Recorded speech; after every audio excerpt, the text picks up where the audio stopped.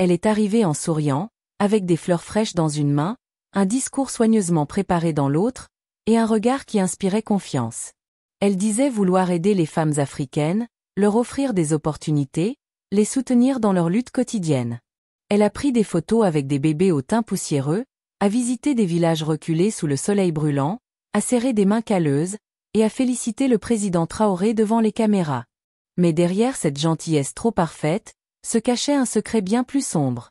Quand la vérité a éclaté, ce n'est pas seulement sa fausse ONG qu'elle a perdue, c'est toute sa réputation, toute sa crédibilité, toute son image construite sur le mensonge, qui se sont écroulées, devant le monde entier. Elle s'appelait Claire Dubois, une jeune femme blonde d'environ 30 ans, grande, élancée, avec des lunettes de soleil chair, toujours impeccablement habillée, et une voix douce, presque maternelle.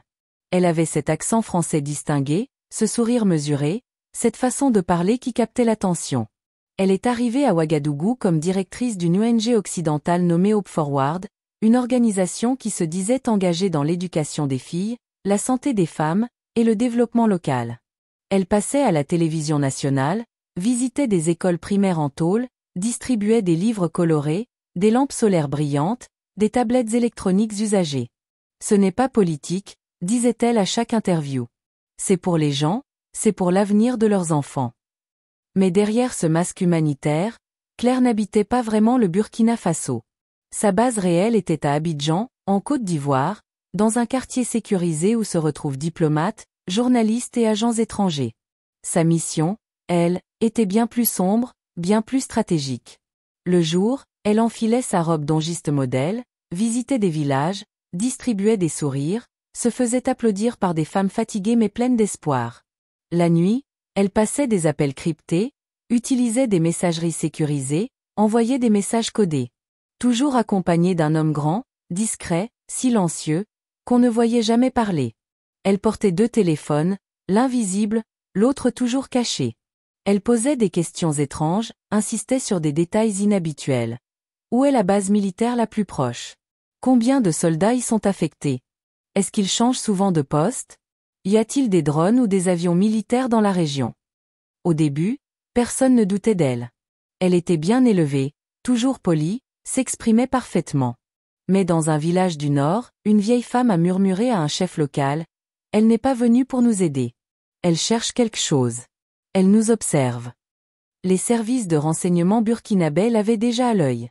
Ils savaient que son ONG, prétendument neutre, était en réalité liée à un programme stratégique financé par une fondation opaque, elle-même proche de certains services occidentaux. Ces emails passaient par une adresse IP française, hébergée sur un serveur étranger, avec des pseudos étranges comme Phasé Orange, Delta 100 ou Access Whisper. Mais le président Traoré, fin stratège, disait à ses conseillers, laissez-la faire. Plus elle pense réussir, plus elle se dévoilera. Alors elle a continué à jouer son rôle. À sourire, à faire des discours, à serrer des mains, sans savoir que sa plus grosse erreur était imminente. À sa 3e semaine de mission, elle avait visité 9 villages, tous proches de zones sensibles, souvent situés à quelques kilomètres seulement de bases militaires ou de points de contrôle stratégiques. Elle disait venir voir les progrès de l'éducation. En réalité, elle dessinait une carte détaillée des infrastructures militaires. Un soir, dans la chambre discrète d'un hôtel de standing à Ouagadougou, elle a ouvert son ordinateur, lancé un logiciel de cartographie, et commencé à marquer des cercles rouges sur la carte du pays. Le fichier s'appelait BF Field Access V2. Ce n'étaient pas des écoles qu'elle pointait, mais des routes, des antennes, des points de passage militaires. Elle a envoyé ce fichier par mail crypté à un contact nommé Melvin. Le serveur de réception était lié à un centre opérationnel à Abidjan, lui-même sous-traitant pour une mission OTAN. Claire a cliqué sur « Envoyer », puis a souri, satisfaite. Mais ce qu'elle ignorait, c'est que son ordinateur avait été cloné dès son arrivée. Les services burkinabés lisaient tout, en temps réel. Dès qu'elle a cliqué sur « Envoyer », le président Traoré a reçu une copie du message. Il a regardé la carte, silencieux, puis a dit calmement « Laissez-la faire. Elle vient de confirmer tout ce qu'on pensait. » Le lendemain matin, Claire a organisé une conférence de presse, pleine de confiance. Devant les caméras, elle a répondu aux questions sur son ONG, ses projets, son budget. Un journaliste l'a interrogée.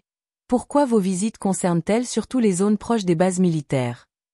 Elle a ri légèrement. Oh, pure coïncidence. Ce sont des zones où nous avons des contacts locaux. Mais ce même jour, un agent de sécurité a découvert une clé USB cachée dans un tube de rouge à lèvres oublié dans sa salle de bain. À l'intérieur, des images satellites, des cartes de déploiement militaire, des notes en anglais sur les mouvements de troupes. Le temps du théâtre humanitaire était terminé. Le président Traoré ne voulait pas l'arrêter discrètement. Il voulait que le monde voie, entende, comprenne. Il l'a invité à parler lors d'un grand événement national organisé dans la capitale. Claire a accepté, flattée, ignorante du piège. L'événement était spectaculaire. Drapeau tricolore, caméras du monde entier, tapis rouge déroulé. Claire est arrivée dans une robe africaine cousue sur mesure, avec des perles aux oreilles. Elle devait tenir un discours sur l'aide étrangère et le développement durable en Afrique. Elle a commencé avec assurance. Le Burkina Faso est une lumière dans l'obscurité. J'ai vu ici l'espoir, la résilience, le courage. La foule a applaudi, certains avec méfiance. Puis, sans avertissement, le président s'est levé. Il a pris la parole. Madame Claire, accepteriez-vous de répondre à quelques questions? Claire, un peu surprise, a souri. Bien sûr, Excellence. Derrière elle, les écrans géants ont changé. Le fichier BF Field Access V2 est apparu, agrandi, lisible. Le public a retenu son souffle. Ses yeux se sont agrandis. Elle a blêmi. Un autre document est apparu. Un email. Son message. Ses propres mots. Les routes militaires, les positions des bases, les intentions de sa mission. Un journaliste a crié « Elle espionnait ». Claire a commencé à trembler. « Ce n'est pas ce que vous croyez. Je préparais un rapport pour mes donateurs. C'était pour obtenir plus de fonds. » Le président, calme. « Pour des dons? Depuis une base militaire à Abidjan? » Puis il s'est adressé à la foule. « Nous avons tout. Depuis son arrivée, nous avons suivi ses communications, ses fichiers, ses rencontres. Elle n'est pas venue pour aider. Elle est venue pour cartographier nos failles. » Claire a fondu en larmes. Une femme dans la foule a crié « Tu nous as trahis. » Une autre, avec un bébé sur le dos, a murmuré « Elle a pris mon enfant en photo. » Claire a laissé tomber le micro. « Je vous en supplie, parlons en privé. » Traoré ne l'a pas regardé. 2 agents de sécurité se sont approchés.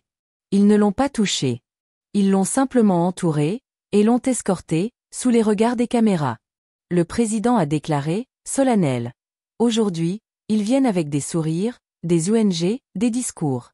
Mais leurs intentions sont les mêmes. Ils nous observent, nous jugent, nous manipulent. Le lendemain, la vidéo de son humiliation a fait le tour du continent africain. Télévision, réseaux sociaux, journaux. Partout, on en parlait. Certains pays ont tenté de la défendre, de minimiser, mais les preuves étaient irréfutables. Le président de Côte d'Ivoire a appelé, demandant une résolution discrète. Refusé. Elle a envoyé nos secrets de votre capitale vers Paris et Washington. Chez nous, on traite les traîtres avec justice. La France a tenté une médiation, en privé. Refusé aussi. Traoré a fait un discours bref, mais puissant. Ils veulent qu'on oublie. Qu'on pardonne. Mais ils ne se demandent jamais ce que nous ressentons. Le Burkina Faso a continué sa marche, plus fort, plus vigilant. À l'université de Ouagadougou, les étudiants ont organisé une exposition. Avant, ils envoyaient des soldats. Maintenant, des sourires. Le président est venu visiter l'exposition. Il a dit, le prochain qu'ils enverront sera accueilli de la même façon, calmement observé, patiemment étudié, et jamais pardonné. Cette phrase est devenue virale. En stickers, en t-shirts, en poèmes de slam, sur les murs des écoles. Claire Dubois est devenue un symbole. Non seulement d'espionnage, mais d'un continent qui se réveille, qui observe, qui refuse d'être pris pour un terrain de jeu. Elle a été relâchée, mais bannie à vie du Burkina Faso, et de tous les pays membres de l'Alliance panafricaine. Elle n'est plus connue pour son humanitarisme, mais pour le jour où la vérité l'a consumée en direct, sous les yeux du monde.